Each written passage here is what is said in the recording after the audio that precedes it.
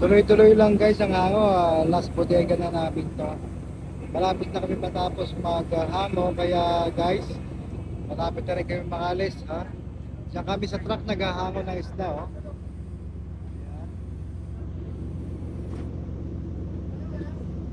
Yan, guys.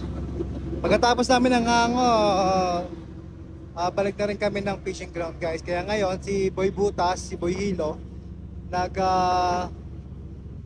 ayan, pinipinturahan niya yung blade na medyo may natamaan ng ibon, na konting gasgas lang sa pintura guys. So ngayon guys, makikita nyo rin dito ang isa nating helicopter na dati kong ginagamit, si Eagle. Nag-meet na nga si Eagle at saka si Hornets dito sa port. Ayan, si Eagle.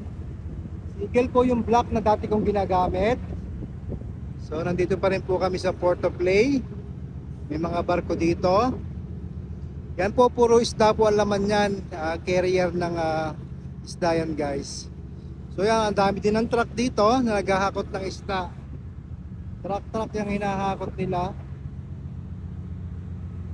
Dito kami nagdi-discharge ng aming mga nahuling isda. Ayan. Dito rin yung aming company. Yan, nakikita nyo guys, isang kabundok na asin. Dinadala yan sa laot guys para sa asin ng mga isda natin na hinuhuli. Para kasi sinasamahan ng asin yung ating isda pag pinag-frozen to para magiging good quality, para tumagal ang buhay nito. Yung sa side na yun naman guys, dyan yung lambatan. Dyan nagre-repair ng lambat, mga nasisira lambat dyan.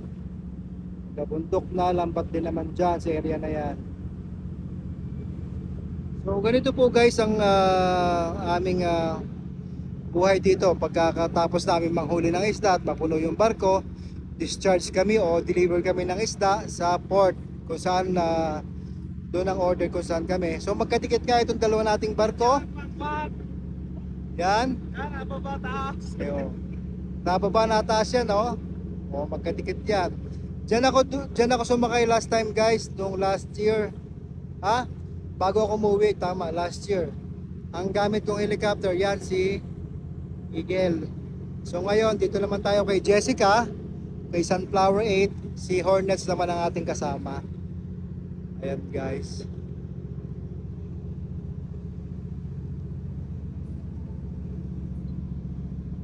Buti medyo makulimlim ngayon, hindi ganong tingkad yung init, napaka-init nung nakaraan.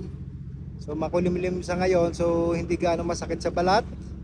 At kahit na tayo ay dark na, tall, dark, and never mind. Ayan. Tuloy-tuloy sila. Malapit na rin kami matapos maghango, kaya naman piniprepare na rin yung barko natin, ang ating helicopter.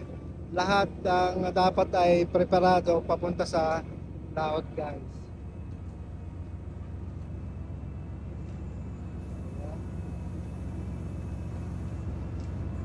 Direkta na po yan sa kanin guys. Ipaprocess na yan, kaya madali lang yung isda. Pag nahuli, diretso na rin yan sa kanin pagka na-transfer natin. Kaya hindi tumatagal yung isda talaga na nasa bodega. Yan tayo diretso sa kanin na, kaya good quality, tsaka masarap at fresh na fresh pa yung mga process na canned tuna natin guys. Again guys, ito po ang yung original na simanging isda. Marami po kasing gumagaya sa akin, mga simanging isda din ang nilalagay nila sa kanilang pangalan, pero ito po ang original na simanging isda. Sabi nga, pagka medyo umaangat-angat yung vlogs mo, maraming gumagaya. So good luck po sa kanila, sa lahat lang nagko-content din ng content lang sa akin na katulad. Pero sabi ko nga, original is always the best at kakaiba guys. Kaya stay tuned mga kasibang isda at keep on watching. Maraming salamat po sa inyong suporta at patuloy po tayong dumadami. Kaya naman nagpapasalamat tayo sa ating mga bagong sampa sa ating page at sa YouTube channel natin. And siyempre naman, hindi naman makakalimutan yung mga dati natin mga followers at subscribers. Reiteration lang naman yun guys. So magandang umaga sa inyong lahat. Ito po yung content natin for today. At kita nyo, yan, may storage din dyan. Puro tuna rin po ang nilalagay dyan sa building na yan. So pinakita ko lang sa yung pahapyaw na location namin pagka kami ay tumatabi dito sa Ley, Papua New Guinea. Sa ibang bansa po ito guys, wala po kami sa Pilipinas. Ayan, so panoorin nyo lang po ang aking mga vlog guys, kasi nandyan naman lahat po ang detalye. Sa mga gusto mag-apply, panoorin nyo lang po yung mga vlogs ko doon sa regarding application. Hindi ko po kayo talaga masagot isa-isa dahil pag nandito po ako, nagpo-post ako sa Facebook, sumasagot ako sa mga comment sa Facebook at saka sa YouTube guys. Kaya hindi ko kayo may isa-isa, lalo na doon sa mga nag-PPM. Pasensya na po sa inyo.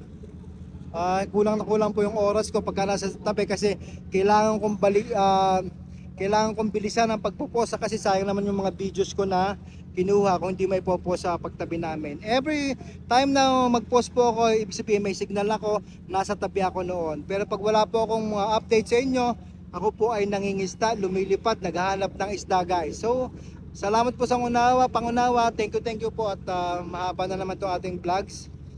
At ito po ulit ang inyong original, si Mangista. The original, the only one. Magandang umaga po at ingat po kayo. God bless po at sana po panoorin nyo aking mga vlogs. Ayan. Si Mangista lamang po. Magandang umaga.